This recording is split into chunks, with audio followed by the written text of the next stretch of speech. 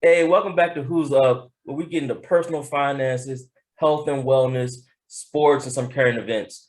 Today we'll get into leasing or financing a car outright. Justin, what would you have to say are some of the pros and cons of leasing versus financing a car straight out? Okay. Some of the pros to leasing would be number one, all your maintenance and stuff like that will be covered by the leasing company, whoever, whether it's the dealership or whoever you bought the car from, they'll cover that as far as inspections, tire rotation, everything that has to do with the maintenance and upkeep of a car will not be relied upon on yourself. Number two, your monthly payments will be significantly lower in most cases than purchasing a car. Um, the third one, also, you may be able to get a newer model car with less down than you would have to, like, let's say you were buying, let's use TJ. TJ was buying an F-150. Instead of probably having to pay, maybe put $4,000 to $5,000 down, he could put $2,000 down. So your cost of ownership in the beginning isn't as much as it would be to own rather than owning. And the next one, as far as the buying a car, what are the pros? Yeah. Or what were some of the Okay. cons of Uh, leasing? some of the cons of leasing is number one, you don't own the car. So after your lease term is up, you done. You don't have anything to show for all the money that you put in.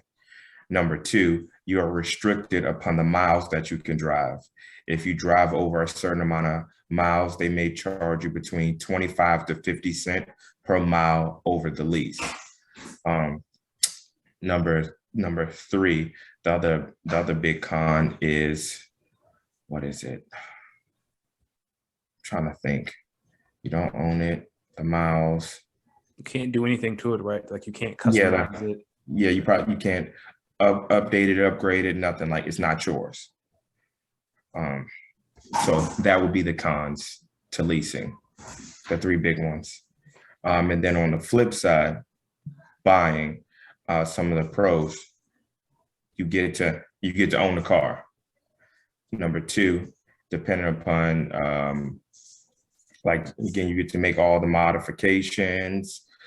Three, you get to drive as far and how long as you want and stuff like that. So it's the ownership of it. Some of the cons is the exact opposite as far as leasing is you got to pay for all the maintenance. If something happened to it, it's on you. If somebody hit you and destroy your car, that's on you. Again, you will have insurance to maybe to cover a portion of it, and depending upon if you got gap insurance, like you're gonna be out. Some other owners pros to it is again, you'll pay depending on if you have a business or not, you'll be able to write off the depreciation. So I guess there are definitely other cons, I mean pros along the way and more cons. I don't remember if I listed the cons. Did I list the cons yet? I mean, yeah, Owning. you kind of gave a synopsis of good and bad, kind of all Yeah. together. So something to add to that, I always feel like leasing is really good if you like new cars. You always want to stay in something new. Like if you want a new car every couple of years, leasing is the way to go because you actually won't get enough value in purchasing a car um, that way because of the depreciation. And another thing people that forget a lot about leasing and buying a car is the property taxes. A lot of people think they don't have to pay property taxes or sales tax depending on what state you live in. Even though all that stuff is still on a lease vehicle just as well as a finance vehicle. Um, but for like a money aspect, like you say, sometimes buying a car can be an investment, and sometimes it can't because certain cars after it gets a certain amount of years old starts to appreciate versus depreciate like normal cars. So that's something else to look at if you're looking at holding on to a car for a long time. and uh, and also to add more to it. Also with leasing, they don't companies don't have to report it, but you're actually paying a much higher interest rate. You're probably paying around 14% because um, the money down and the money that technically it's not really financed, but it's financed over the lease period. And so the fact that you get nothing at the end of it makes that that percentage much higher. Also, another thing that what else was it with leases that yeah, TJ mentioned it with like the property tax and stuff like that. Gosh, it was something else that I wanted to say about leasing a vehicle. Oh, which what also a lot of people don't know is technically at the end of the lease, you have the right to buy the car back, but also you have the right to sell your ownership to buy it. Meaning, if Danny Ocean, if you owned, let's give you a nice one, let's give you a Ferrari, right? And let's say at the end of the lease term, they say, Danny Ocean, in order to buy it, we're gonna sell you the Ferrari. It was 220. Let's say after you paid it for 3 years, we'll sell it to you. You could buy it back from us at 85, right? And so you could then turn to Dr. J and say, hey, give me $10,000. I'll give you the right to buy a Ferrari for 85,000 rather than, let's say, that same Ferrari, if because you've already owned it or you've already leased it for those period of time, they're going to give you a discount rather than Dr. J if he went to buy it outright. So you can actually sell your rights to purchase to Dr. J and make bread off a lease in a vehicle. Okay, that's cool. So Subleasing, I like that. yeah, so a lot of people don't. I actually heard that maybe about a month ago when I was listening to a podcast, and they were like, "Yeah, you can sell your rights to You buy can it." And actually people sell were the like, whole lease vehicle too. Like before you even get time to sell it, you can just sell it. They can take Straight over your up. lease your lease agreement. Yeah. What do y'all think about like? I know everybody's probably around the time to get new cars, and we've all purchased cars. So what do y'all feel is a way to go? Is it leasing or financing a car? No, I like having that car payment zero. Then you can sell it, depending on like what you buy, it might hold value, so say you get like a truck or something that you can do some work with, it's gonna hold a little value different than other things. But I guess COVID kind of switched everything up too. It seemed like used cars hold a little more value now than they used to. So it might be good to grab something and hold on to it. It definitely is, especially in the truck world, because I looked at a couple YouTubes like earlier this week, and dude was like, "Hey, I bought a new truck, and they got the used truck with like maybe a couple thousand miles on for literally the same price as I brought my truck for." So he was like, "This is a used truck. I have a new truck for the same price." And I was like, "So you can tell like the value in the resale market is not the depreciation is not what it used to be because of just the shortages of cars right now." and also, was there something else going around about like it was a shortage in chips, so they weren't actually able to reproduce newer cars because of the chip shortage, which in return most of these dealers had to keep their cars on the lot because they didn't really have the inventory to replace them. Yeah, well, it's not the manufacturers have cars just sitting in there. It was like they have like a lot that they're ready to be shipped. So they have these computer chips that go inside the car to keep the car running and stuff, which uses the same silicone as the vaccine. So the silicone manufacturers aren't selling the chips, well, not the chips, but the stuff to make the chips to the chip manufacturers, which is preventing them to get more chips for cars. So they're slowing down the production of actually shipping these cars out. But there's thousands of cars just sitting out there that came off the production line that just can't be ready to drive because of this. So that's making a backup. So you have cars that's supposed to have came out or they're coming out so slowly. People are waiting months or like extra months to buy new cars, which again is turning like the lease market around because now people aren't turning their leases in and the used cars, people aren't trading for new cars. So that creates a shortage. So, which is also an issue, so you can see prices fluctuating. So almost right now, it's almost more better just to buy a new car right now versus buying a used car because the prices are ridiculous. Yeah. What y'all think about the shift towards the electric cars? I think that as far as for the overall well-being of our earth, yes, it's more beneficial, but at the same time, you're going to be taking jobs away from, from other people. But I think overall it is probably more efficient to do it that way. Yeah, I'm not a fan of electric cars because me, I'm a V8 powered. I want to hear that sound, muscle powered dude. I want all the smog. I don't want them regulations. But get into that electric car stuff. It's crazy because I really think they're putting the cart before the horse because like our electrical infrastructure, like in neighborhoods and housing and stuff, isn't really there for everybody to have an electric car. Because like honestly, like say you live in a block of like 25 people, literally only 3 families on that block can have an electric car because the infrastructure for like the wires and stuff in the ground can't hold that many voltage hertz to charge those cars every night. So it's like, Yeah, it was mad spread. I see what you're saying. yeah, Wow. so You think about that.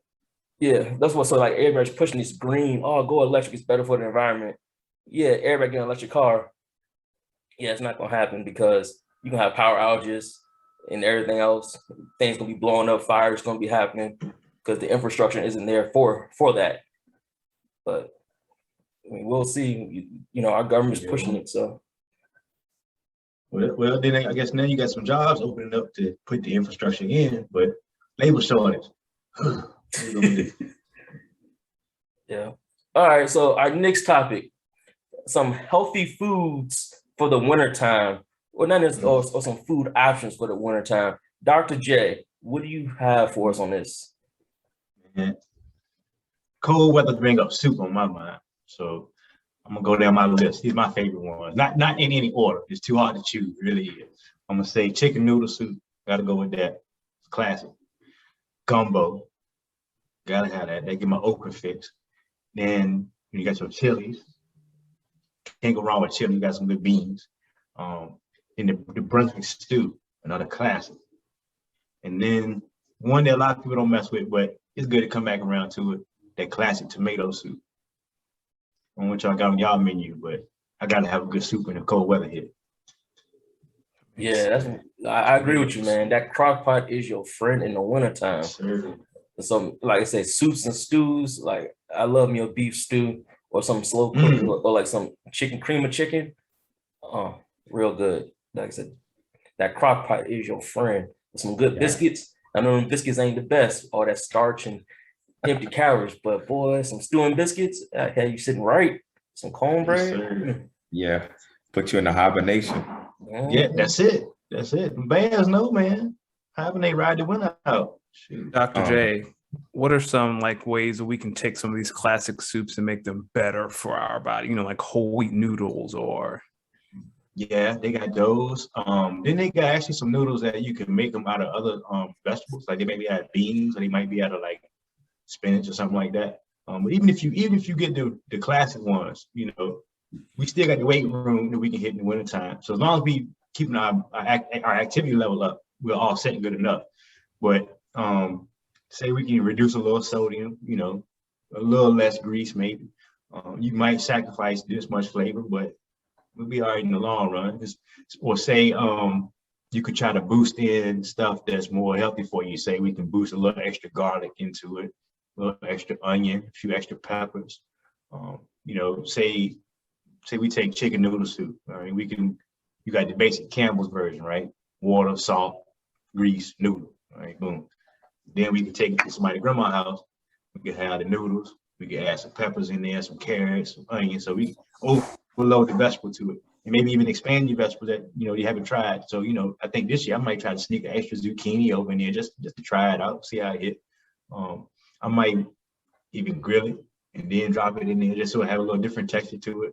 Because certain stuff will get over soluble in soup. So, but you can even mix it up and add in different things that might give you a little different nutrient profile, but not take up too much flavor hit.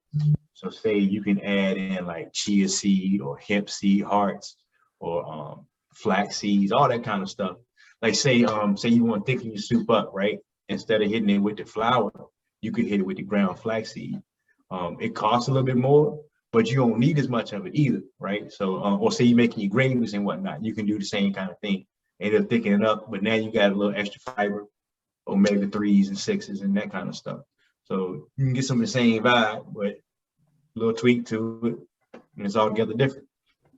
Yeah, another thing I like to add, instead of using like chicken stock or like beef stock, I like to use like bone broth because like the collagen and stuff like that be in it. It basically tastes the same, but it just has a little more nutritional value from the bones itself with the collagen and the different minerals you get from them making it with the bone stock. Yeah. I forgot what show it was on. The doc was talking about that. He was saying, there's nothing wrong with making the push towards increasing your vegetable, but you miss out on some of that collagen and some of that mineral content when you cook with meats. We got the whole bone in it, in the soup and like kind of stew down. That stuff creep off. I guess, when you're trying to dodge the cholesterol from it, you also miss out on some of the mineral content. So you find a good little balance of it. That bone broth, good, man. I think Kobe used to do that. Yeah, good for your bone joints, man. That collagen, good for the joints in your skin. Dan Ocean, what you got on your menu when it get cold outside? Everything you guys said except that tomato soup. Throwing a chili in there too. But yeah, no to the tomato soup. That's a no for me, dog. That tomato soup good, man. But see, TJ brought that beef stew. I forgot about that. We're gonna slide him up. That's gonna take a replacement right there. I know you about that with that turkey though, and that grill and that smoker though. Who, me? Yes, sir. Oh yeah, we'll smoke some turkey. That's a good idea, actually. It's not a bad idea. I don't care what nobody say. A fried turkey still tastes the best. Man, you're right. There ain't nobody arguing with you, but man, too much fried turkey is problematic on this Thanksgiving Day. Right, it ain't good for you, but yeah. Now you talking about dropping the whole bird in deep fry, or we talking about sections off when we battered it and then dropped it? Nah, that big deep fryer, you got to buy that huge one. Yes, sir. And make sure that turkey not frozen. TJ, you frying the turkey this year? I'm not even sure. I don't know what I'm gonna eat Thanksgiving dinner at. Get you off topic. Watch part 2, get into some sports. So go follow us on Instagram. Email us at 1-800-who's-up@gmail.com. Instagram is who's up _podcast. Check us out next episode Thursday. Yeah, we out.